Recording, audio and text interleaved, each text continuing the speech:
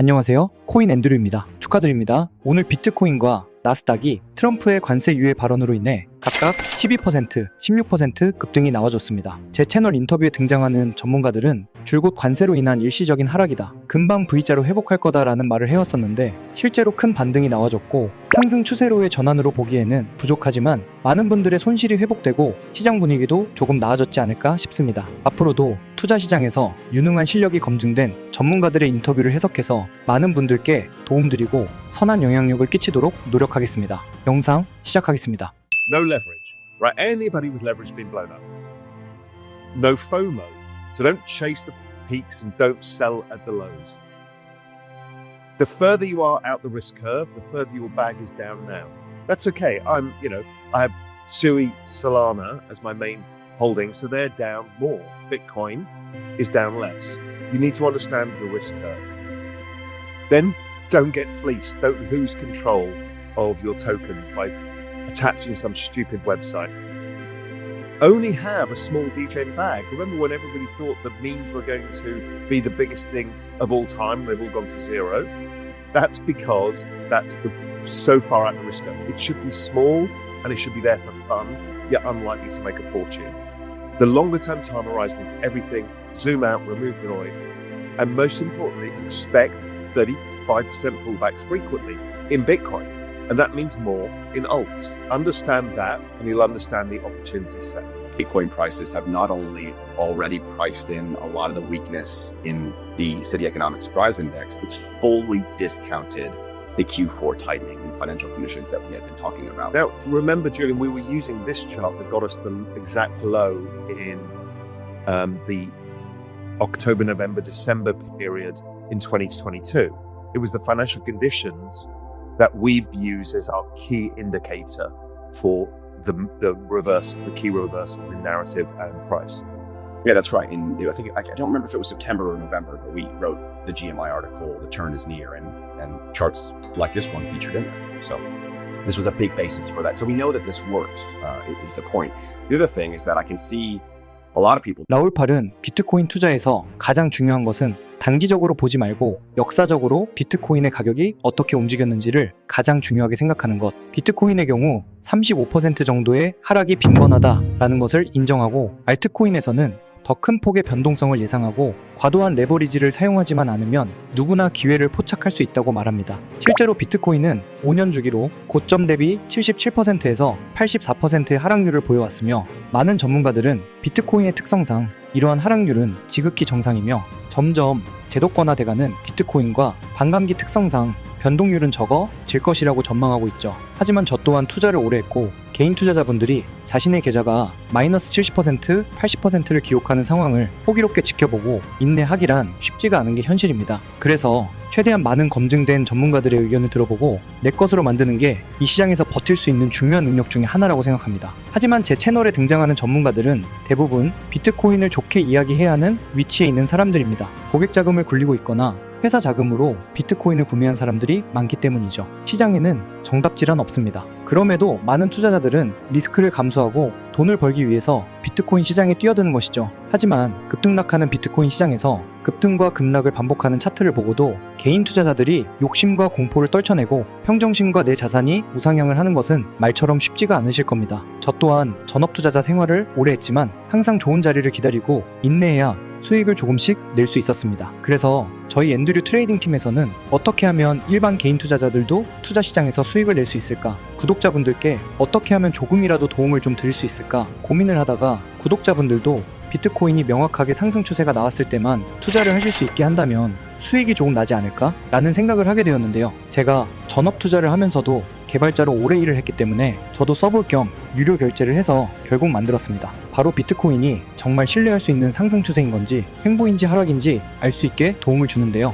지금 보고 계시는 건 비트코인 차트인데요. 제가 빨간색 네모 박스로 표시해둔 곳을 보시면 주황색 61선과 파란색 121선이 교차하는 구간에서 추세가 변동되는 걸 보실 수 있습니다. 실제로 지금 비트코인은 최근에 61선과 121선이 데드크로스 하방 교차하면서 조정이 나오고 있는데요. 제가 운영 중인 앤드류 관점 채널에서는 보시다시피 2월 25일부터 줄곧 비트코인 하락 관점을 말씀드리고 리스크 관리에 대해서 말씀을 드렸고 많은 분들이 도움을 받으셨습니다. 물론 데드크로스가 난다고 해서 무조건 하락하지도 상승하지도 않습니다. 저희 앤드류 트레이딩 팀에서 개발한 알파빗 지표는 약 8개의 고급 추세 기준과 트레이더들의 노하우를 담아서 차트가 상승할 확률이 높을 때 신호가 나오도록 개발을 하였습니다. 그 결과 저희 전문 트레이딩 팀 또한 판단에 도움받을 정도로 만족할 만한 놀라운 성과를 보였습니다. 시중에 유료로 팔 수 있을 정도로 가치 있는 지표이지만 저희 앤드류 채널 영상을 시청해주시는 구독자분들께는 무료로 제공해드리기로 마음먹었습니다. 저 또한 며칠 밤새 테스트하며 어렵게 만든 지표이지만 구독자분들 성원에 힘입어 저 또한 도움을 받고 있기 때문에 어렵게 공유드리기로 마음먹었습니다. 초보자분들부터 경력이 오래된 트레이더분들까지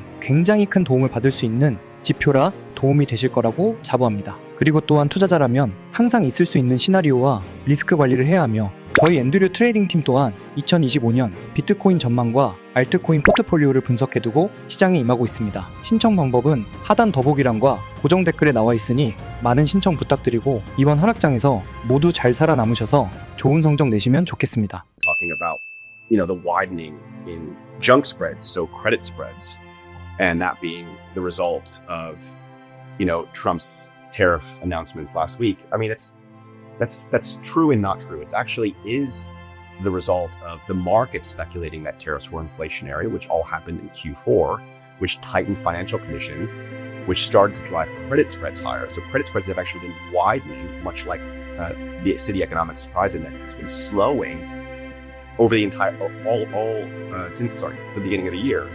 Now, last week credit spreads obviously jumped a little bit more, I think by 20, 30 basis points on the fact that the VIX is spiking and equities are selling off.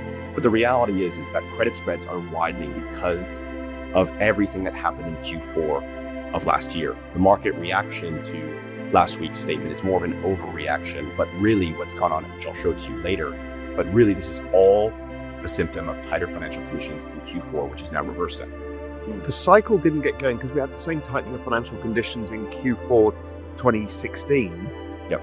The cycle didn't actually get going till the end of April, and then it accelerated. And again, it's very similar to us is where we are today. Well, kind of the end of March, right? Yeah. So more where we are now, actually. Yeah, true. So it didn't really pick up until the end of March, which again looks a lot like today. But then if you just zoom out once again, over the course of that year, so Trump victory in November, in January, on the 4th of January, we saw that sharp, harsh, what was it? I'm just going to skip up. Was it 35%, I think? Yeah, 35% drawdown. But then off that low point, over the course of that year, despite the 5 or so corrections I just mentioned, 2 of which were 40%, Bitcoin went on to 23x that year. And no, I say this all the time, we're not expecting 23x. What I'm just trying to set for you is the framework for understanding, where we are and why we still think the best is to come. And speaking of that, again, one of the charts that Raul and I had originally published, which now is all over everywhere, we've pretty much closed the gap with Global M2 using the more correct 12-week. I think the 10 weeks looks just as good. Either way, it's one of the basically two. a wall of upside to come. Yeah, and so what this would suggest, if we're right here and everything that we just outlined, is that Bitcoin should be putting in new all-time highs, or at least hovering around all-time highs by the end of June. And the same is true for the Nasdaq, which has grossly undershot Global M2. And what did you call this? Excess fear? Yeah, it's like this is the market pricing excess fear. This is the VIX going to 60. We didn't have the same in crypto. This has been driven by equities because obviously you don't tariff cryptocurrencies, but you tariff equities, and the market is struggling to price this in. But again, once China's deal is agreed, and the ugliness of the negotiation, let's see how that goes.